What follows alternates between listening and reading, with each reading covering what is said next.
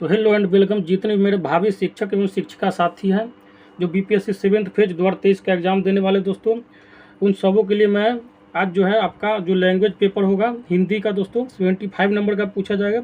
उससे मैं दोस्तों आप लोग के लिए पहला प्रैक्टिस सेट लेकर आ रहा हूं दोस्तों। मैं आपको एक बात बताना चाह रहा हूं दोस्तों, बीपीएससी पेपर जो आपका लैंग्वेज का लगाई है जिसमें 25 क्वेश्चन इंग्लिश का पूछा जाएगा और 75 जो है आपका भाषा हिंदी का रहेगा, या जो उर्दू चूज करेंगे वो उर्दू रखेंगे, या जिसका बंगाली चूज होगा वो बंगाली रखेंगे।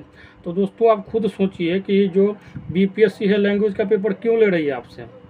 अगर उसको पता है कि हम लैंग्वेज के पेपर में भी बहुत लड़कों को फंसा सकते हैं, ठीक है। बीपीएससी के पास इतना कैपेसिटी है कि वो पहले ही पेपर में बहुत लड़कों का विकेट गिरा देगी, ठीक है। तो इसलिए आप जो क्या कहते हैं हिंदी को सीरियसली नहीं ले रहे हैं तो अभी से सीरियसली लेना शुरू कर दीजिए। और 1 महीना का समय है, अगर नहीं आप पढ़ पा रहे हैं तो कम से कम सेट जरूर मार लीजिए, इतना मार लीजिए कि कम से कम आप 30 नंबर जरूर उठा लें। नहीं तो मैं इतना वादा करता हूं दोस्तों कि आप हवाबाजी में जाइएगा बनाने पेपर तो बीपीएससी में 30-35 नंबर लाने में भी लाला पड़ जाएगा आपको, ठीक है दोस्तों। बीपीएससी के पेपर और नॉर्मल पेपर में बहुत अंतर होता है दोस्तों, इस बात का ध्यान रखिएगा। पाँच ऑप्शन के बाद जब क्वेश्चन आता है तो दिमाग घूमने लगता है। तो दोस्तों ये तो बात हो गया आपका। तो यही मैं कुल मिला के ये बोलना चाह रहा हूँ कि दोस्तों आप भाषा पेपर 1 को भी आप सीरियसली ले, ठीक है, ताकि आप जब भाषा पेपर 1 पास करेंगे तभी आपका दूसरा पेपर चेक होगा। तो इसलिए दोस्तों ध्यान रखिए। और जो प्रैक्टिस सेट चला रहा हूँ उसको बस 10-15 सेट आपको चलाऊँगा मार्केट में जो है दोस्तों, जो आया हुआ है आपका फेवरेट जो है प्लेटफॉर्म उसका, और उसमें को देख लीजिए। आपको 100% जो है केवल हिंदी से आप 30 नंबर ले आएगा। 30 क्या बोलता हूँ मैं, गारंटी के साथ बोलता हूँ 50 से ऊपर आएगा आपका। इससे नीचे आएगा दोस्तों तो पढ़ाना छोड़ दूंगा, ठीक है। इंग्लिश नहीं टच कीजिएगा तो भी इंग्लिश खाली मार के आ जाएगा कोई एक ऑप्शन, ठीक है दोस्तों। और उसका भी ट्रिक बताऊंगा कि एग्जाम से पहले क्या करना है तो कम से कम पासिंग मार्क आ जाएगा। लेकिन दोस्तों उसका अभी है समय थोड़ा, तो पहले क्या करना है मेरिट बनाइए, ठीक है। लास्ट में ऑप्शन ब्रह्मास्त्र भी बताऊँगा, ठीक है दोस्तों। तो चलते हैं बिना टाइम को बर्बाद किए हुए आज का जो है सेशन स्टार्ट करते हैं। पार्ट 2 जो जनरल हिंदी का पेपर है, सब 90% उम्मीद करता हूं दोस्तों कि हिंदी पेपर ही लेंगे लैंग्वेज में, ठीक है दोस्तों। बिहार में जो जितने भी है कुछ मुहम्मदन लोग को दोस्तों छोड़कर जो उर्दू लेंगे, ठीक है। तो उर्दू तो मैं नहीं पढ़ा पाऊँगा दोस्तों, सॉरी दोस्तों इसके लिए। लेकिन आप हमारे चैनल से ज़रूर जुड़े रहें क्योंकि साइंस वगैरह जो है आपको ज़रूर प्रोवाइड करता रहूँगा जितने भी हमारे मोहम्मदन भाई हैं, ठीक है। तो आप जुड़े रहिए चैनल से बिल्कुल भी, क्योंकि आप हिंदी में उर्दू नहीं पढ़ा पाऊंगा। मैं व्यवस्था कर रहा हूं दोस्तों, अगर टीचर मिल गया तो मैं आपका उर्दू का पेपर भी चलवा दूंगा दोस्तों, ठीक है, बंगाली भी चलवा दूंगा। तो दोस्तों आइए चलते हैं आज जो है जनरल जो है आपका हिंदी का पार्ट 2 जो पूछा जाएगा 75 नंबर का क्वेश्चन, वो स्टार्ट करते हैं दोस्तों। तो आते हैं पहला क्वेश्चन जो है दोस्तों आपका कह रहा है कि मत्सर शब्द का तद्भव रूप कौन सा है दोस्तों। कह रहा है मत्सर शब्द का तद्भव रूप कौन सा है, तो क्या होगा दोस्तों बताइए। तो ये होगा दोस्तों आपका मच्छर, ठीक है। मत्सर शब्द का तद्भव रूप क्या होता है, मच्छर होता है दोस्तों। अब आपको पता होना चाहिए दोस्तों तद्भव होता क्या, ठीक है। जो शब्द संस्कृत से पहले क्या हुआ था दोस्तों, हमारे देश में लैंग्वेज में मेनली संस्कृत चलता था दोस्तों। आप पुराने वैदिक युग में जाइएगा तो हर चीज़ संस्कृत में मिलता है। तो कह रहा है कि जो शब्द, देखिए सुनिए, जो शब्द संस्कृत से अपने हिंदी भाषा में विकृति या परिवर्तन लेकर आया है दोस्तों, उसको क्या बोलते हैं, तद्भव बोलते हैं, ठीक है। तद्भव बोलते हैं, समझ में आ गया होगा दोस्तों, ठीक है। तो जो तद्भव है मतलब मच्छर जो है दोस्तों, एक तरह से हिंदी में हम लोग क्या यूज करते हैं, मच्छर यूज करते हैं। वही आपको मतलब संस्कृत में यूज करना होता है तो क्या बोलते हैं, मत्सर बोलते हैं, ठीक है। मतलब तत्सम क्या हो गया, मत्सर हो गया, और तद्भव मच्छर हो गया। तो उम्मीद करता हूं दोस्तों आपको 26 नंबर जो है क्वेश्चन डिटेल में समझ में आ गया होगा, ठीक है दोस्तों। अगर इसके बावजूद भी आपको कोई टॉपिक में डाउट रहता है तो आप कमेंट बॉक्स में लिखिएगा कि सर इस टॉपिक पे वीडियो बना दीजिए, तो मैं डिटेल में उस टॉपिक पे भी वीडियो बना दूंगा। जैसे आपको विपरीतार्थक पढ़ना हो, क्या कहते हैं अनेक शब्दों के लिए एक शब्द पढ़ना हो, मुहावरा पढ़ना हो, लोकोक्ति पढ़ना हो, समास पढ़ना हो, कारक पढ़ना हो, संधि पढ़ना हो, शब्द के भेद पढ़ने हो, किसी का उच्चारण स्थान पढ़ना हो, सबका वीडियो बना दूंगा। बस आप चैनल से जुड़े रहिए और सपोर्ट कीजिए दोस्तों। आपका सपोर्ट कीजिए और हम आपका सपोर्ट करेंगे दोस्तों। इस दुनिया जो एक दूसरे का हाथ पकड़ के चलने से है, न कि टांग खींचने से। तो आइए दोस्तों क्वेश्चन नंबर 27 पे आते हैं। कह रहा है कि 3 में न 13 में इस लोकोक्ति का अर्थ क्या है। कह रहा है कि 3 में न 13 में इस लोकोक्ति का अर्थ क्या है दोस्तों। तो इस लोकोक्ति का अर्थ है नगण्य दोस्तों, ध्यान रखिएगा। लोकोक्ति का मतलब होता है कहावत दोस्तों, ध्यान रखिएगा। नेक्स्ट जो है क्वेश्चन 28 नंबर है दोस्तों, कहता है कि प्रादेशिक शब्द में कौन सा प्रत्यय है। तो सबसे पहले आपको दोस्तों प्रत्यय के बारे में पता होना चाहिए कि प्रत्यय होता क्या है। प्रत्यय जो होता है दोस्तों किसी शब्द या धातु के पश्चात में लगाया जाता है, ध्यान रखिएगा दोस्तों। जुड़कर क्या होता है, एक यौगिक शब्द बनाता है। जैसे प्रादेशिक में दोस्तों लास्ट में क्या आ रहा है, उच्चारण लेते हो तो ई का आ रहा है दोस्तों, ई का आ रहा है कि नहीं, क्या आ रहा है दोस्तों, तो आपको इक साउंड आ रहा होगा, प्रादेशिक में क्या होगा, इक साउंड आ रहा है, तो क्या हो गया, प्रत्यय हो गया दोस्तों, आपका इक हो गया, ध्यान रखिएगा। अब नेक्स्ट जो है दोस्तों, मेरे बिना तुम प्रभु शीर्षक कविता किसके द्वारा भाषांतरित की गई दोस्तों, बताइए जल्दी से कमेंट बॉक्स में, जितने हमारे हिंदू के विद्वान शिक्षक एवं शिक्षिका साथी है, बताइए जल्दी से। उम्मीद करता हूँ दोस्तों ये क्वेश्चन आप जरूर बताएंगे दोस्तों। तो कह रहा है कि मेरे बिना तुम प्रभु शीर्षक कविता किसके द्वारा भाषांतरित की गई, मतलब भाषा में चेंज की गई है, तो ये जो चेंज की गई है दोस्तों, धर्मवीर भारती के द्वारा चेंज की गई है दोस्तों, ध्यान रखिएगा। नेक्स्ट जो क्वेश्चन है आपका, कह रहा है कि चंदायन किस भाषा का काव्य है दोस्तों, तो ये जो है किसका, अवधी भाषा का काव्य है दोस्तों। आपका जो यूपी में दोस्तों अवध एरिया पाया जाता है, जहाँ पे अभी राजा भैया का दोस्तों एरिया वगैरह है, ठीक है दोस्तों, वहाँ पे अवध एरिया है दोस्तों, ध्यान रखिएगा, ठीक है। राजा भैया विधायक है, आप यूट्यूब पर डालिएगा तो आपको डिटेल में पता चल जाएगा। बात है क्वेश्चन नंबर 31 पे, कह रहा है कि पानी परात को हाथ छूयो नहीं, नैनन के जल सो पग धोए, इसमें कौन सा अलंकार है दोस्तों, बताइए दोस्तों, तो कौन सा अलंकार है इसमें, तो इसमें जो अलंकार है दोस्तों आपका अतिशयोक्ति अलंकार है दोस्तों, ध्यान रखिएगा। इसमें कौन सा अलंकार है, तो अतिशयोक्ति अलंकार है। इसमें देखिए कैसे कितना अच्छा से वर्णन किया है, कह रहा है कि एक परात पानी है तो आप क्या किए, हाथ धो नहीं पाए, ठीक है, और नैना जो मतलब आपके आंसू से जो है उससे कह रहे हैं कि पैर धोने के दोस्तों, ठीक क्या है, तो ये अतिशयोक्ति अलंकार। अतिशयोक्ति अलंकार में दोस्तों किसी बात जो को बढ़ा चढ़ा कर प्रस्तुत किया जाता है दोस्तों, ठीक है। उम्मीद करता हूँ दोस्तों आपको समझ में आ गया होगा। अलंकार जो है दोस्तों दो प्रकार के होते हैं, मुख्यतः दो प्रकार के होते हैं। पहला जो होता है दोस्तों शब्दालंकार होता है, दूसरा होता है अर्थालंकार, ध्यान रखिएगा। अलंकार के 100 से अधिक भेद होते हैं, जिसमें अतिशयोक्ति अलंकार भी है दोस्तों, इस तरह से आप ध्यान रख सकते हैं। उम्मीद करता हूँ आपको अच्छे से समझ में आ गया होगा। अब नेक्स्ट जो है दोस्तों, साथियों हार्दिक स्वागत है, इस वाक्य में कौन सा कारक है दोस्तों, कौन सा कारक है बताइए दोस्तों, तो इस वाक्य में जो कारक है आपका संबोधन कारक है दोस्तों, क्योंकि दोस्तों को साथियों को संबोधन किया गया है कि आपका हार्दिक स्वागत है दोस्तों। अब बता देता हूँ दोस्तों कारक के बारे में डिटेल में। कारक जो है, कारक 8 होते हैं दोस्तों, इसमें जैसे कर्ता ने कर्म को करण से, संप्रदान का के लिए, अपादान से, संबंध का के की, ठीक है, संबोधन हेयर है दोस्तों, ठीक है दोस्तों, इस तरह से आप याद रख सकते हैं दोस्तों। तो उम्मीद करता हूँ ये क्वेश्चन भी आपको अच्छे से समझ में आ गया होगा दोस्तों, ठीक है। अब आते हैं नेक्स्ट जो है दोस्तों, कह 33 नंबर, इनमें से कौन सा शब्द जो है अगुआ का पर्यायवाची शब्द नहीं है दोस्तों। अगुआ के बारे में पता होगा दोस्तों, किसको बोला जाता है अगुआ, मतलब दोस्तों जो अग्रणी एक टाइप का आदमी होता है दोस्तों, उसको अगुआ बोलते हैं। तो कह रहा है कि कौन सा जो है अगुआ का पर्यायवाची शब्द नहीं है दोस्तों, तो वह है धनाढ्य, ठीक है। धनाढ्य जो है दोस्तों वो अगुआ का पर्यायवाची शब्द नहीं है दोस्तों, ध्यान रखिएगा, ठीक है। अगुआ का अन्य पर्यायवाची शब्द कौन कौन होगा दोस्तों, सरदार है, अग्रणी है, मतलब जो आगे आगे हो किसी भी समाज में किसी भी चीज़ को लेकर, जैसे मुखिया। जैसे आप देखते होगा कि आपके गांव घर में पहले शादी होता था तो लड़के देखने के लिए, लड़कियां देखने के लिए दोस्तों अगुआ जाते थे, मतलब जो समाज के जो 4-5 प्रतिष्ठित उसके साथ रहने वाले व्यक्ति थे, उनको विश्वास वाले व्यक्ति को ले जाया जाता था, तो उसी को क्या बोला जाता था दोस्तों, अगुआ बोला जाता था। तो समझ में आ गया, मतलब कुल मिला के समाज में वो लोग सरदार का काम भी करते हैं, ठीक है। सरदार का मतलब जो बुजुर्ग है, जिनका इज्जत होता है, जो मतलब समाज के लिए कुछ अच्छा विचार रखते हैं, अच्छा काम करते हैं, वो अग्रणी, मतलब वही हर चीज़ में दोस्तों बढ़ चढ़ के हिस्सा लेने वाले मुखिया, उसी को बोला जाता है। अब आता है क्वेश्चन नंबर 34 पे, इनमें से अभ्युदय शब्द का सही संधि विच्छेद करें। अभ्युदय शब्द का सही संधि विच्छेद क्या होगा दोस्तों, बताइए दोस्तों, तो होगा अभि प्लस उदय, ठीक है। तो इसका आंसर क्या हो जाएगा दोस्तों, बताइए, तो इसका आंसर हो जाएगा आपका बी हो जाएगा दोस्तों, ध्यान रखिएगा, ठीक है, बी आंसर हो जाएगा। अब आते हैं क्वेश्चन नंबर 35 पे। 35 नंबर क्वेश्चन का था, इनमें से कौन सी भाषा भारतीय संविधान की 8वीं अनुसूची में शामिल नहीं है दोस्तों। तो आपकी जो है क्या कहते हैं दोस्तों, बताइए कौन सी भाषा, तो मगही भाषा जो है आपकी 8वीं अनुसूची में शामिल नहीं है दोस्तों, हालांकि मैथिली को शामिल कर दिया गया, ध्यान रखिएगा। नेक्स्ट जो है दोस्तों आपका कहता है कि गांव वालों ने मिलकर यह काम पूरा किया, इस वाक्य में मिलकर किस प्रकार का क्रिया विशेषण है दोस्तों, बताइए कौन सा क्रिया विशेषण है दोस्तों, कमेंट बॉक्स में लिखिए जितने भी हमारे शिक्षक हैं, तो इसका क्रिया विशेषण कौन सा होगा बताइए, तो ये है होगा आपका रीतिवाचक क्रिया विशेषण होगा दोस्तों, ध्यान रखिएगा, कौन सा होगा, रीतिवाचक क्रिया विशेषण होगा, ठीक है दोस्तों। तो उम्मीद करता हूँ दोस्तों आपको समझ में आ गया होगा। अब आते हैं क्वेश्चन नंबर 37 पे दोस्तों, जिस समास में पूर्व पद अव्यय हो तो वह किस प्रकार का समास कहलाता है दोस्तों, किस प्रकार का समास कहलाता है दोस्तों, तो वह कहलाता है आपका अव्ययी भाव समास कहलाता है दोस्तों, ध्यान रखिएगा, ठीक है। अव्ययी भाव समास कहलाता है, जैसे उदाहरण के लिए यथा विधि, ठीक है दोस्तों, यथा कर्म, प्रत्येक, प्रतिदिन, ठीक है, इत्यादि, ये सब जो है क्या दोस्तों अव्ययी भाव समास है दोस्तों, ठीक है।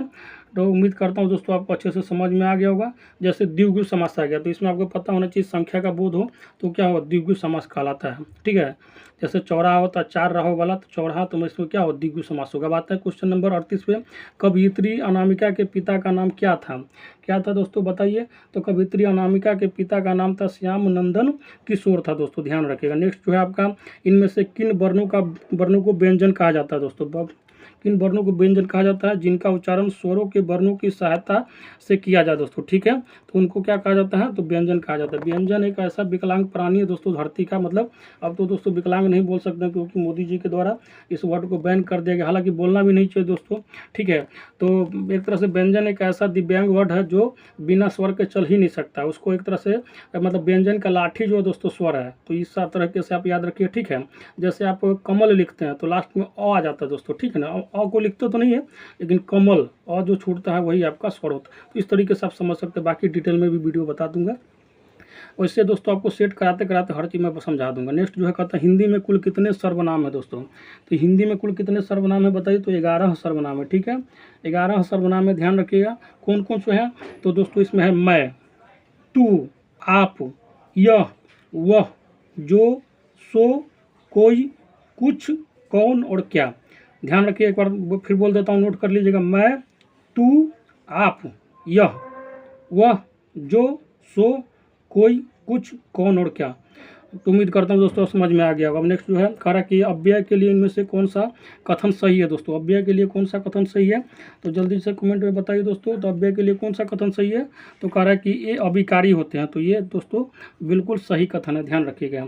ठीक है दोस्तों, अव्यय हुआ शब्द है जिसका रूप हमेशा स्थिर होता है, किसी भी अवस्था में नहीं बदलता है दोस्तों, ध्यान रखिएगा। ठीक है, अव्यय शब्द का प्रभाव लिंग, वचन और कारक पर नहीं पड़ता, अर्थात कोई विकार नहीं होता इसमें। अव्यय के मुख्यतः 4 भेद होते हैं: क्रिया विशेषण अव्यय, संबोधन अव्यय, समुच्चय अव्यय और विस्मयादि बोधक अव्यय होता है, ध्यान रखिएगा। नेक्स्ट जो है कह रहा है कि निम्नलिखित में से कौन सा शब्द जो है तत्सम है दोस्तों? ठीक है, तत्सम शब्द कौन सा है दोस्तों बताइए? तो जो ऑप्शन दिया गया उसमें दोस्तों आपका जो है वर्षा, वर्षा जो है दोस्तों आपका तत्सम शब्द है। नेक्स्ट क्वेश्चन जो है दोस्तों आपका कह रहा है कि ज्ञान राशि के संचित कोष का नाम क्या है? साहित्य है। यह कथन किसका है? कथन जो है महावीर प्रसाद द्विवेदी का दोस्तों, ध्यान रखिएगा। नेक्स्ट क्वेश्चन जो है आपका 44 है। क्वेश्चन नंबर 44 कह रहा है इनमें से नयन शब्द में प्रयुक्त कृत प्रत्यय कौन सा है दोस्तों? तो इसमें जो नयन शब्द में प्रयुक्त कृत प्रत्यय जो है अन है दोस्तों। ठीक है, अन है दोस्तों। प्रत्यय जो है आपको पता है किसी धातु या शब्द के अंत में लगता है। अब आते हैं क्वेश्चन नंबर 45 पे, इनमें से सरस्वती पत्रिका के संपादक कौन थे? कौन थे दोस्तों बताइए? तो सरस्वती पत्रिका के जो संपादक थे महावीर प्रसाद द्विवेदी थे, ध्यान रखिएगा। नेक्स्ट जो है इनमें से कौन सा व्यंजन जो है उसमें व्यंजन है? बताइए दोस्तों कौन सा व्यंजन जो है उसमें व्यंजन है दोस्तों? तो ह जो है दोस्तों, ह जो है आपका उसमें व्यंजन है दोस्तों, ध्यान रखिएगा। ठीक है, ह जो है दोस्तों उसमें व्यंजन है। उसमें व्यंजन जो है दोस्तों 4 प्रकार के हैं, जैसे तालव्य स, मूर्धन्य स, दंत से और ह दोस्तों, ध्यान रखिएगा। हालांकि दोस्तों स्पर्श व्यंजनों की संख्या कितनी है? 25 है। स्पर्श व्यंजनों की संख्या कितनी है? 25 है। और दोस्तों अंतः अस्थ व्यंजनों की संख्या 4 है। ठीक है दोस्तों, ध्यान रखिएगा। अब आते हैं नेक्स्ट जो है इनमें से अनिश्चय वाचक सर्वनाम कौन सा है दोस्तों? कौन सा सर्वनाम जो है दोस्तों इंडिफिनिट है दोस्तों? इंडिफिनिट प्रोनाउन जो किसको है तो किसको बोला जाता है इनमें से दोस्तों बताइए? तो यह जो हो जाएगा आपका दोस्तों कुछ हो जाएगा दोस्तों। कुछ जो है अनिश्चयवाचक सर्वनाम है। कुछ का मतलब दोस्तों कितना कुछ? 2 रुपया कुछ बोलता है ना आदमी, जैसे कोई कुछ रुपया दिए, उसमें पता होना चाहिए ना कि 2 रुपया दिए कि 3 रुपया दिए कि 6 रुपया दिए। तो कुछ जो है यह बताता है कि यह निश्चित नहीं है। ठीक है, तो इसका मतलब यह है अनिश्चयवाचक, मतलब इंडिफिनिट प्रोनाउन है, ध्यान रखिएगा। नेक्स्ट जो है इनमें से उर्दू के उपसर्ग से बना शब्द कौन सा है? बताइए दोस्तों उर्दू के उपसर्ग से कौन सा शब्द बना है? तो यह है दोस्तों आपका खुशबू। ठीक है, खुशबू जो है दोस्तों उर्दू के उपसर्ग से बना हुआ शब्द है। उम्मीद करता हूँ दोस्तों समझ में आ गया हो। ठीक है, अब आते हैं क्वेश्चन नंबर क्या कहते हैं 49 पे, भक्ति काल को हिंदी साहित्य का स्वर्ण युग इनमें से किसने कहा है? किसने कहा है दोस्तों? तो जल्दी से बताइए दोस्तों, कमेंट बॉक्स में लिखिए। तो भक्ति काल को किसने स्वर्ण युग कहा है दोस्तों? तो ये कहा है दोस्तों आपको श्याम सुंदर दास ने दोस्तों, ध्यान रखिएगा। नेक्स्ट जो है इनमें से त्रि प्रत्यय से बना शब्द कौन सा है? त्रि प्रत्यय में से कौन सा शब्द बना है? तो यह है पितृभक्ति है दोस्तों, ध्यान रखिएगा। त्रि प्रत्यय से बना शब्द पितृभक्ति है, ध्यान रखिएगा। ठीक है दोस्तों, आपको पता हो गया प्रत्यय उस शब्दांश को कहते हैं जो किसी शब्द या धातु के अंत में लगाकर यौगिक शब्द बनाए जाते हैं। ठीक है दोस्तों, ध्यान रखिएगा। अब नेक्स्ट जो है दोस्तों, अभिषेक का संधि विच्छेद क्या होगा दोस्तों? अभिषेक का संधि विच्छेद क्या होगा दोस्तों? अभिषेक का जो संधि विच्छेद होगा, बताइए दोस्तों क्या होगा? तो अभी प्लस शेक होगा दोस्तों, ध्यान रखिएगा। ठीक है,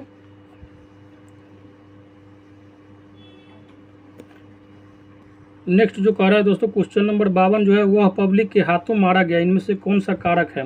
कौन सा कारक है? तो ये है आपका करण कारक है दोस्तों। ठीक है, मतलब पब्लिक के हाथ से, किसी के हाथ से मरना या किसी के द्वारा मरना, तो दोस्तों करण कारक हो गया। ठीक है, तो उम्मीद करता हूँ समझ में आ गया होगा दोस्तों। ठीक है, अब आता है क्वेश्चन नंबर 53 पे, इनमें से किस वाक्य में अकर्मक क्रिया है? मतलब ठीक है दोस्तों, तो अकर्मक क्रिया किस में बताइए दोस्तों?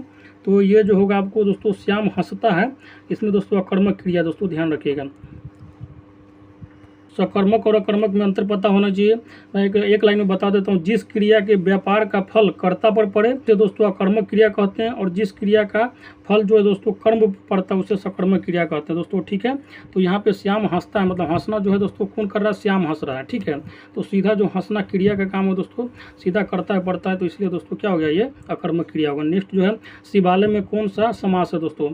शिवालय में कौन सा समास है दोस्तों? तो ये है तत्पुरुष समास है, ध्यान रखिएगा दोस्तों। ठीक है, अब आते हैं क्वेश्चन नंबर क्या कहते हैं 55 पे, मेरी बहन 10वीं कक्षा में पढ़ती है, इस वाक्य में 10वीं शब्द में कौन सा विशेषण है दोस्तों? तो 10वीं शब्द में कौन सा विशेषण है? तो यह दोस्तों संख्यावाचक विशेषण है दोस्तों, संख्या पता चल रहा होगा, 10वीं में पढ़ रहा है इसी हिसाब से। नेक्स्ट जो है, इनमें से साकेत के रचयिता कौन है? साकेत के रचयिता कौन है दोस्तों? साकेत के रचयिता है मैथिली शरण गुप्त। नेक्स्ट जो है, अंधा युग इनमें से किस विद्या की पुस्तक है? तो अंधा युग किस विद्या की पुस्तक है दोस्तों? जल्दी से कमेंट कीजिए। तो अंधा युग जो है दोस्तों आपकी क्या कहते हैं? गीति नाट्य। ठीक है दोस्तों, गीति नाट्य की पुस्तक है दोस्तों, ध्यान रखिएगा। नेक्स्ट जो है, इनमें से कौन सा शब्द जो है पुल्लिंग है? ठीक है, पुल्लिंग, स्त्रीलिंग, उभयलिंग आपने पढ़ा होगा दोस्तों, तो कौन सा शब्द पुल्लिंग है बताइए? तो पुल्लिंग जो शब्द है दोस्तों इसमें है दोस्तों क्या होगा? धनिया जो होगा दोस्तों आपका, धनिया खाए ना दोस्तों, तो धनिया जो है पुल्लिंग है। रोटी स्त्रीलिंग है, खीर जो खाते हैं वो भी स्त्रीलिंग है। ठीक है, दूध पुल्लिंग होता है, ध्यान रखिएगा, दूध पुल्लिंग है, लेकिन खीर जो बनता है उससे वो स्त्रीलिंग हो जाता है। पूरी खाते हैं वो भी स्त्रीलिंग होता है, ध्यान रखिएगा दोस्तों। ठीक है, अब आता है क्वेश्चन नंबर 59 पे, इनमें से कौन सी बोली जो है पश्चिमी हिंदी को बोली जाती है? बोली नहीं है, कहा कि इनमें से कौन सी बोली जो है पश्चिमी हिंदी की बोली नहीं है दोस्तों? बताइए, तो पश्चिमी हिंदी की बोली कौन सी नहीं है दोस्तों? तो बघेली जो है दोस्तों पश्चिमी हिंदी की बोली नहीं है, ध्यान रखिएगा। नेक्स्ट जो है, नाक दबाने से मुंह खुलता है, नाक दबाइएगा तो मुंह खुलता है, इस लोकोक्ति का अर्थ क्या है दोस्तों? तो इस लोकोक्ति का अर्थ है कठोरता से कार्य जो है सिद्ध होता है। ठीक है, वैसे भी दोस्तों कौन ऐसा पागल होगा जो नाक दबा के मुंह से सांस लेगा? ठीक है, इसका मतलब है कि बेचारा का नाक जाम हो गया, मतलब बहुत विषम परिस्थिति में है। ठीक है, सर्दी उर्दी हो गया है, इसलिए मुंह खोल के सांस ले रहा, तो समझ रहे हैं ना कि बहुत मेहनत कर रहा है अपना ज़िंदगी के लिए, तो मतलब कठोरता से कोई भी कार्य को सिद्ध कर रहा है। नेक्स्ट जो है दोस्तों कह रहा है कि जो पढ़ा न गया हो। ठीक है, जो पढ़ा न गया हो, इस वाक्यांश के लिए कौन सा शब्द प्रयुक्त है दोस्तों? बताइए, जो पढ़ा नहीं गया होगा दोस्तों क्या है? पहले आपको पता होना चाहिए, अनेक शब्दों के लिए एक शब्द है दोस्तों। ठीक है, तो जो पढ़ा ना गया हो, इस वाक्यांश के लिए सही शब्द कौन सा है दोस्तों? तो बताइए कौन है? तो अपठित। ठीक है, आस्तिक किसको बोला जाता है? जो ईश्वर में आस्था रखता हो। ठीक है, जटिल मतलब बहुत ही ज़्यादा मुश्किल, अपठनीय मतलब जिसको पढ़ा नहीं जा सके दोस्तों। तो उम्मीद करता हूँ यहाँ तक आपको अच्छे से समझ में आ गया हो दोस्तों। अगर अभी तक आप हमारे चैनल पर नए हैं तो चैनल को सब्सक्राइब कर ले और बेल आइकन को दबाना नहीं भूलें। क्वेश्चन नंबर 62 है दोस्तों, आज मुझे थोड़ी सी फुर्सत मिली है, इस वाक्य में थोड़ी सी किस प्रकार की थोड़ी सी किस प्रकार की विशेषण है? तो यह दोस्तों परिमाणवाचक, मतलब थोड़ा क्या क्वांटिटी को बता रहा है। ठीक है, थोड़ा फुर्सत मिलना चाहे ज़्यादा फुर्सत मिलना, चाहे दिन भर सुतना, ये सब क्या है दोस्तों? परिमाण को बताता है, ध्यान रखिए। अब नेक्स्ट जो है दोस्तों, इनमें स्त्रीलिंग शब्द कौन सा है दोस्तों? कौन सा शब्द जो है स्त्रीलिंग है? तो बताइए दोस्तों, जल्दी से कमेंट बॉक्स में बताइए कौन सा शब्द स्त्रीलिंग है। तो दोस्तों जो आपका रचना जो है दोस्तों, ठीक है, रचना जो है स्त्रीलिंग शब्द है। नेक्स्ट जो है, अनामिका के रचनाकार कौन है? तो अनामिका के रचनाकार कौन है दोस्तों? तो सूर्यकांत जो है त्रिपाठी निराला जो है दोस्तों अनामिका के रचनाकार है। नेक्स्ट जो है, सुप्त का विलोम शब्द क्या है दोस्तों? सुप्त का विलोम शब्द क्या है दोस्तों? तो सुप्त का विलोम शब्द है दोस्तों जागृत। ठीक है, सुप्त का मतलब होता है सोया हुआ इंसान। ठीक है, एकदम मतलब लेजी टाइप का, तो उसको दोस्तों जागृत करना है, ध्यान रखिएगा दोस्तों। ठीक है, अब आते हैं क्वेश्चन नंबर 66 पे, क्या इस निरीह की रक्षा करने वाला कोई वीर बचा है? यह किस प्रकार का वाक्य है दोस्तों, किस प्रकार का वाक्य है दोस्तों, तो ये जो है आपका प्रश्नवाचक वाक्य है। मतलब प्रश्न पूछ रहा है कि दुनिया में कोई अब बचा नहीं है वीर जो इस निरीह की रक्षा कर सके, मतलब पूरे दुनिया से सवाल खड़ा कर रहा है, मतलब प्रश्न खड़ा कर रहा है, तो ये प्रश्नवाचक वाक्य है। अब नेक्स्ट जो है 67, इनमें से कौन सा शब्द जो है पराक्रम का पर्यायवाची शब्द नहीं है दोस्तों, तो पराक्रम का पर्यायवाची शब्द कौन सा नहीं है बताइए दोस्तों, तो जो होगा दोस्तों आपका गरिमा जो है दोस्तों पराक्रम का पर्यायवाची शब्द नहीं होगा। नेक्स्ट जो है आपसे अरसे के बाद मुलाकात हो रही है, इस वाक्य में किस प्रकार के क्रिया विशेषण का प्रयोग हुआ है दोस्तों, तो बताइए तो इसमें किस प्रकार के क्रिया विशेषण का प्रयोग हुआ दोस्तों, तो कालवाचक। मतलब क्या हो रहा है, काल के बारे में बता रहा है, मतलब समय के बारे में बता रहा है कि आपसे जो मुलाकात हो रही है दोस्तों बहुत दिन के बाद हुई है, मतलब 10 साल हो गया ज़माना मिले हुआ, कभी हम लोग बहुत साथ में बैठे करते थे, तो ये क्या हो रहा है दोस्तों कालवाचक के मतलब समय के बारे में बता रहा है। नेक्स्ट जो है कहा है कि घनानंद किस धारा के कवि है दोस्तों, घनानंद जो है किस धारा के कवि है, तो वह है दोस्तों आपके रीति मुक्त धारा के, ध्यान रखिएगा। नेक्स्ट जो है भयानक रस का स्थायी भाव क्या होता है दोस्तों, भयानक रस का स्थायी भाव क्या होता है, भाव क्या होता है बताइए दोस्तों कमेंट में। तो भयानक रस का जो अस्थाई भाव जो होता है दोस्तों आपका क्या होता है, भय होता है दोस्तों, ध्यान रखिएगा। नेक्स्ट जो है क्या कहता है कि भ्रमर शब्द का तद्भव रूप कौन सा है दोस्तों, तो भ्रमर शब्द का तद्भव रूप कौन सा है दोस्तों, तो ये हो जाएगा दोस्तों आपका भौंरा हो जाएगा दोस्तों, ठीक है। भ्रमर शब्द का तद्भव रूप कौन सा होगा, तो भौंरा हो जाएगा। नेक्स्ट जो है दोस्तों कह रहा है कि लड़का आया, इस वाक्य में क्रिया किस काल का बोध करा रही है दोस्तों, तो लड़का जो आया आ गया दोस्तों, आ गया, तो इस वाक्य में जो है क्रिया जो है किस काल का बोध करा रही है दोस्तों, तो बताइए। तो इसमें जो है दोस्तों लड़का जो है भूतकाल का दोस्तों, सामान्य भूतकाल का बोध करा रही है, मतलब लड़का आ गया दोस्तों, ठीक है ना, मतलब आ गया है, मतलब जिस समय थोड़ा देर पहले पहुंचा हुआ है लेकिन पहुंच गया है, यही कहना चाह रहे दोस्तों। जैसे ना बोलता है बारात आ गया है, बारात आया है, ठीक है, तो मतलब आ गया है दोस्तों, मतलब हो गया जो घटना कुछ देर पहले ही भले ही हो, कुछ सेकंड के पहले ही हो, लेकिन हो चुका है। नेक्स्ट जो है कारा की 73 में इस करुणा कलित हृदय में अब विकल रागनी बजती, इन पंक्तियों में कौन सा अलंकार है, इन पंक्तियों में दोस्तों कौन सा अलंकार है, तो अनुप्रास अलंकार है दोस्तों, ध्यान रखिएगा, ठीक है, ध्यान रखिएगा कौन सा दोस्तों कौन सा अलंकार है, तो अनुप्रास अलंकार है, ठीक है दोस्तों। जहाँ पर किसी व्यंजन वर्ण की आवृत्ति होती है वहाँ पर अनुप्रास अलंकार होता है, आवृत्ति का अर्थ होता है दोहराना, ठीक है दोस्तों। कहा कि इस करुणा कलित हृदय में अब विकल रागनी बजती है, रागनी बजने का मतलब बार बार बज रहा है दोस्तों, इसलिए इसको अनुप्रास अलंकार बोला गया, ध्यान रखिएगा। जहाँ पर वर्णों की आवृत्ति 2 या 2 से अधिक बार होती है परंतु उनके अर्थ अलग अलग होते हैं, वहाँ यमक अलंकार होता, ध्यान रखिएगा। नेक्स्ट जो है इनमें से कौन सा शब्द जो है विहंग शब्द का अर्थ नहीं है, ठीक है, विहंग शब्द का कौन सा दोस्तों अर्थ नहीं है दोस्तों, तो बताइए कौन सा अर्थ नहीं है, तो ये होगा दोस्तों आपका विलास, ठीक है दोस्तों, ध्यान रखिएगा। विहंग का अन्य पर्यायवाची शब्द होता है दोस्तों नभ पर खग चिड़िया, मतलब विहंग का मतलब होता है चिड़िया दोस्तों, उसी को बोला जाता है, ध्यान रखिएगा। गगनचर पेखरू पखेरी भी उसी को बोला जाता है। नेक्स्ट जो है प्रभु जी तुम चंदन हम पानी, यह उक्त किस संत कवि की है दोस्तों, जब हम लोग पढ़ रहे थे दोस्तों 10th में, इस समय यह कविता पढ़ना था, प्रभु जी तुम चंदन हम पानी जाके अंग अंग समानी, ठीक है, प्रभु जी तुम घन वन हम मोड़ा जाके चितवन चंद चकगोड़ा, ठीक है दोस्तों। तो बताइए यह उक्ति जो है किस संत कवि की है, तो यह उक्ति जो है बताइए किस संत कवि की है, तो रैदास की थी है दोस्तों, ध्यान रखिएगा, ठीक है। रैदास जो है रामानंद के शिष्य थे, इनके बारे में थोड़ा जान लीजिए, बहुत ही अच्छे इंसान थे और इतिहास इसको हमेशा याद रखिएगा। रैदास जो है चमार जाति से भले ही संबंधित थे दोस्तों, लेकिन बहुत ही फेमस हुए, समझ जाइए कि किस लेवल के इंसान थे, ठीक है दोस्तों। अब आते हैं दोस्तों नेक्स्ट पे, चोर वहाँ दीवार के पास खड़ा था, इस वाक्य में वहाँ किस प्रकार का क्रिया विशेषण है, तो जो है दोस्तों चोर पे ध्यान नहीं दिया जा रहा है क्योंकि चोर तो सामान लेके चला गया, लेकिन अब आपको ध्यान देना है वहाँ के बारे में, तो वहाँ क्या बता रहा है दोस्तों, तो वहाँ जो है स्थानवाचक क्रिया विशेषण है, ठीक है। चोर को छोड़िए, वहाँ के पे फोकस कीजिए क्योंकि वहाँ जो है आपको BPSC 7th फेज का एग्जाम निकलवाएगी और दोस्तों आपको वेतनमान का टीचर बनवाएगी। दोस्तों अगर अभी तक आप हमारे चैनल पर नए हैं तो सबसे पहले चैनल को सब्सक्राइब कर लीजिए। दोस्तों आप लोग को बोलना पड़ता है, आप एक खुद टीचर है, एक इंसान जब टीचर का मतलब होता है कि उनके पास खुद का कॉमन सेंस होता है, जो आपके लिए कुछ भी दोस्तों किसी भी तरह का चैनल को अब यूट्यूब पे आपको कुछ भी सीख रहे हैं तो दोस्तों उसको ज़रूर सब्सक्राइब करना चाहिए, क्योंकि आप रील्स और टिकटॉक देखने से बढ़िया तो है दोस्तों कहीं भी कुछ ज्ञान लेना वो लाख बेहतर है दोस्तों। हमारे देश का विडम्बना है कि दोस्तों नाच गाना देखने का सब्सक्राइबर जो है 5 मिलियन चला जाता है, लेकिन एक पढ़ाने वाले टीचर का सब्सक्राइबर दिन रात भौंकता है, फिर भी उसका 10 के 20 के भी नहीं पहुँच पाता दोस्तों, भीख मांगना पड़ता है दोस्तों सब्सक्राइबर का। बड़ी विचित्र विडम्बना है दोस्तों। ठीक है, अब आते हैं क्वेश्चन नंबर 77 पे। अघोष अल्प प्राण का उदाहरण कौन सा है? तो कौन सा उदाहरण है दोस्तों? तो ये होगा दोस्तों क, ध्यान रखिएगा। अघोष अल्प प्राण का उदाहरण कौन सा है? तो क है दोस्तों, ध्यान रखिएगा। दोस्तों इसमें बोला गया कि अघोष अल्प प्राण के उदाहरण कौन सा दोस्तों? क है। मैं बता देता हूँ घोष अघोष के बारे में बताता हूँ थोड़ा दोस्तों।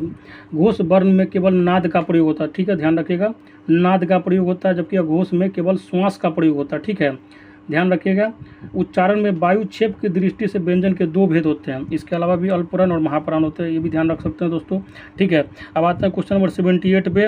आंसू कविता के कवि कौन है? तो आंसू कविता के कवि जो है दोस्तों आपके हैं जयशंकर प्रसाद, ध्यान रखिएगा। ठीक है, जयशंकर प्रसाद की रचना दोस्तों कामायनी भी है दोस्तों, ध्यान रख सकते हैं। 78 नंबर का क्या होगा? बी होगा दोस्तों। अगर अभी तक आप हमारे चैनल पर नए हैं तो चैनल को सब्सक्राइब कर लें और बेल आइकन को दबा लें। 17 नंबर क्वेश्चन करा, अरे हैं, ए, ओह इत्यादि इसमें किस प्रकार का अव्यय है? दोस्तों अमिताभ बच्चन का डायलॉग तो आपको पता ही होगा, और हर मतलब डायलॉग के बाद में बोलता है, ठीक है ना। अरे तो गाँव में आपको पता ही होगा, अरे के बिना कोई आदमी किसी को पुकारता नहीं, अरे हमारा ये हो गया, हमारा वो हो गया। वो जो है दोस्तों आपको पता ही है कि जब बहुत ज़्यादा अफसोस वाला बात होता है तो वो बोलता है। तो ये बोल रहा है कि जो ये है किस प्रकार के अव्यय हैं, बताइए दोस्तों। तो ये जो अव्यय है दोस्तों आश्चर्य बोधक अव्यय है, ठीक है। सब में दोस्तों हैं बोल दिया ना तो हैं, ऐसा हो गया, अरे ऐसा हो गया, ओ ऐसा हो गया रे, ठीक है ना, आई, ठीक है ना। तो ये सबसे क्या हो रहा है? आश्चर्य कर रहा है दोस्तों, ठीक है ना। आश्चर्य करना मतलब ऐसा चीज़ जिसके बारे में आपको पहले से अनुमान नहीं हो कि हो सकता है और हो जाता है। जैसे आप बीपीएससी 7th फेज का एग्जाम के बारे में खुद सोचे थे, नहीं सोचे थे, लेकिन आप दे रहे हैं ना दोस्तों, तो ये भी एक तरह से आश्चर्यवादक बोधक अव्यय ही हो रहा है आप लोगों के साथ, ठीक है। अब आते हैं क्वेश्चन नंबर 80। लता मंगेशकर गाती है, इस वाक्य में क्रिया किस काल का बोध करा रही है दोस्तों? बताइए दोस्तों किस काल का बोध करा रही है? तो ये होगा दोस्तों सामान्य वर्तमान काल का, ध्यान रखिएगा। गा रही है दोस्तों, अभी गा ही रही है, हम लोग सुनिए रहे हैं, ठीक है। देश प्रेम में कौन सा समास है? बताइए दोस्तों। तो देश प्रेम में जो है दोस्तों आपका दोस्तों कौन सा समास है? तो तत्पुरुष समास है, ध्यान रखिएगा। अब तत्पुरुष समास के बारे में थोड़ा बता देता हूँ दोस्तों। तत्पुरुष समास में पूर्व पद जो है गौण तथा उत्तर पद प्रधान होता है, ठीक है दोस्तों, ध्यान रखिएगा। जैसे देश प्रेम में, ठीक है दोस्तों, देश को प्रेम करने वाला, ठीक है, समझ में आ गया हो दोस्तों। द्विगु समास में दोस्तों संख्या का बोध होता है, इस तरह से ध्यान रख सकते हैं दोस्तों। नेक्स्ट जो है कह रहा शुद्ध वर्तनी वाले शब्द का चयन कीजिए, ठीक है, शुद्ध जो होना चाहिए। बताइए चिन्ह कैसे लिखते हैं? बताइए जितने भी हमारे शिक्षका साथी बताइए चिन्ह कैसे लिखते हैं? तो चिन्ह आपने लिखा होगा बचपन से दोस्तों, ऐसे लिखते हैं, देखिए ये वाला, ठीक है, ची हाँ न संयुक्त है। नेक्स्ट जो है हिंदी भाषा में वचन कितने प्रकार के होता है दोस्तों? नर को कितने मतलब भाग में बांटा गया दोस्तों? तो यह है एक वचन और द्विवचन, ठीक है दोस्तों, ध्यान रखिएगा। एक वचन और द्विवचन 2 भाग में बांटा गया है, ठीक है। एक वचन और बहुवचन दोस्तों, ध्यान रखिएगा। हिंदी भाषा में वचन को 2 भाग में बांटा गया, एक वचन और बहुवचन, ठीक है। एक वचन का मतलब होता है किसी चीज़ में संख्या का बोध हो, जैसे एक किताब, एक पेन, एक मोबाइल, किताबें बोल दे, ठीक है ना, मोबाइलों बोल दो, ठीक है ना, इस तरह से बहुत का बोध होता है। तो हिंदी भाषा में वचन कितने प्रकार के होते हैं दोस्तों? तो ये जो हो जाता है आपका दोस्तों हो जाता है, तो कितने प्रकार के होते हैं बताइए दोस्तों? तो ये हो जाता है आपका 2 प्रकार के। नेक्स्ट जो है निश्चयवाचक सर्वनाम कौन सा है? तो निश्चयवाचक सर्वनाम इनमें से कौन सा बताइए? तो यह जो है दोस्तों निश्चयवाचक सर्वनाम है, ध्यान रखिएगा दोस्तों, ठीक है। क्या, ठीक है ना, क्या प्रश्नवाचक हो गया दोस्तों आपको पता ही हो, बाकी आपको पता ही हो कौन भी प्रश्नवाचक वाला में से आ रहा है, ठीक है दोस्तों। अब आते हैं नेक्स्ट जो है नीचे दिए गए प्रश्नों में 4 विकल्पों में से शुद्ध वाक्य का चयन कीजिए। शुद्ध वाक्य कौन सा है इसमें? तो भारत में अनेक जातियां हैं, यह जो है दोस्तों भारत में अनेक जातियां हैं, ठीक है, अनेक जातियां हैं दोस्तों, जो है क्या कह रहा है दोस्तों? जो ये होगा आपका शुद्ध वाक्य होगा दोस्तों, ठीक है। भारत में अनेक जातियां हैं दोस्तों, ठीक है, ये जो है आपका शुद्ध वाक्य है, ध्यान रखें। नेक्स्ट जो है जो है नेक्स्ट कहा जा रहा है कि निम्नलिखित अनेकार्थी शब्द का दूसरा अर्थ बताइए। जैसे खग माने पक्षी होता है, ठीक है दोस्तों, खग माने पक्षी हो रहा है, क्या करा है? निम्नलिखित अनेकार्थी शब्द का दूसरा अर्थ बताइए, ठीक है दोस्तों। तो क्वेश्चन कह रहा है खग माने पक्षी का दूसरा अनेकार्थी क्या है दोस्तों? खग पक्षी के दोस्तों अनेकार्थी शब्द जो है दूसरा क्या है दोस्तों? तो वायु है, ध्यान रखिएगा, ठीक है, वायु में घूमता हूँ। नेक्स्ट जो है हंसुए के ब्याह में खुरपे का गीत, गांव में खूब चलता है दोस्तों, कह रहा कि ना हंसुआ के ब्याह में खुरपी के गीत औरत लोग बहुत कहती है दोस्तों। ठीक है, तो बताइए जितनी हमारे महिला जो शिक्षक है, साथी हैं, चाहे लड़की जो भी है, बताइए, आप लोग बताइए इसका आंसर क्या होगा। आप लोग का तो फेवरेट क्वेश्चन होना।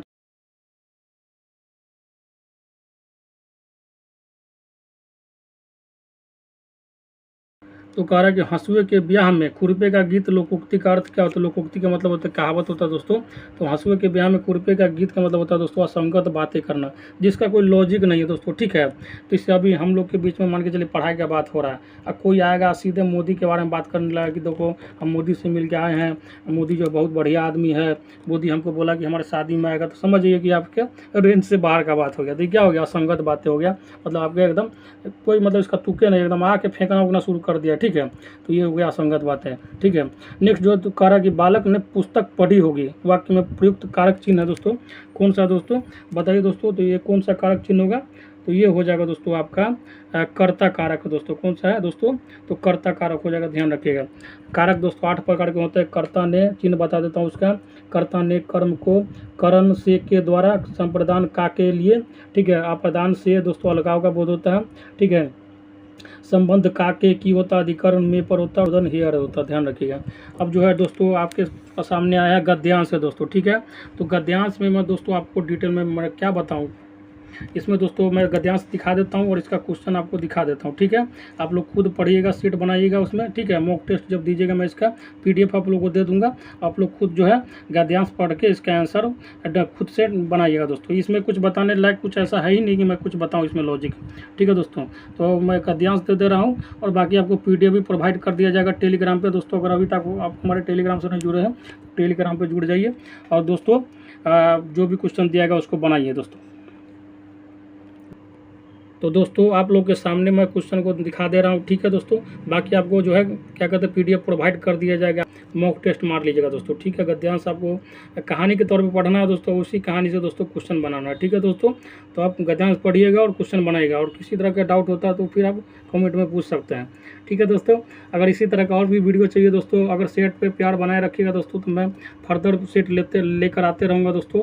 और हिंदी में भी दोस्तों आपका 75 में दोस्तों कम से कम 60 नंबर तो आना श्योर हो जाएगा दोस्तों। ठीक है, 100% आप पास कर जाइएगा। लेकिन अगर लापरवाही कीजिएगा तो मैं ये बता रहा हूँ दोस्तों कि आपको 30-35 नंबर का भी लाला पड़ सकता है। ठीक है दोस्तों, तो बिल्कुल भी लापरवाही नहीं, ज़्यादा होशियारी दोस्तों कभी कभी भारी पड़ जाता है। ठीक है, तो बिल्कुल सतर्क रहे, सावधान रहे, क्राइम पेट्रोल की तरह दोस्तों। ठीक है, नहीं तो आपके आसपास में दोस्तों घटना घट सकता है, किसी का विकेट गिर जाएगा हिंदी व्याकरण में, तो पता चला उसका पेपर ही नहीं चेक हुआ, तो वो वेतनमान का क्या टीचर बनेगा। ठीक है दोस्तों, तो हर चीज़ को सीरियस लीजिए। कभी भी दोस्तों एक कहावत है कि युद्ध के मैदान में कभी भी दुश्मन कितना भी कमज़ोर क्यों ना हो, तो उसको हल्के में नहीं लेना है। जब तक आपका पेपर नहीं हो जाता, हर पेपर आपका दुश्मन है, उससे जीतना है आपको। ठीक है दोस्तों, तो जोर लगाइए, पूरा जोर लगाइए, पूरा जी जान लगाइए, सेट को दोस्तों बनाइए और दोस्त के बीच में भी शेयर कीजिए। तो दोस्तों आज का सेशन यहीं पर रोकते हैं और उम्मीद करता हूँ ये सेशन आप लोगों को बहुत पसंद आया होगा। तो दोस्तों लेते हैं विदा, जय हिंद जय भारत।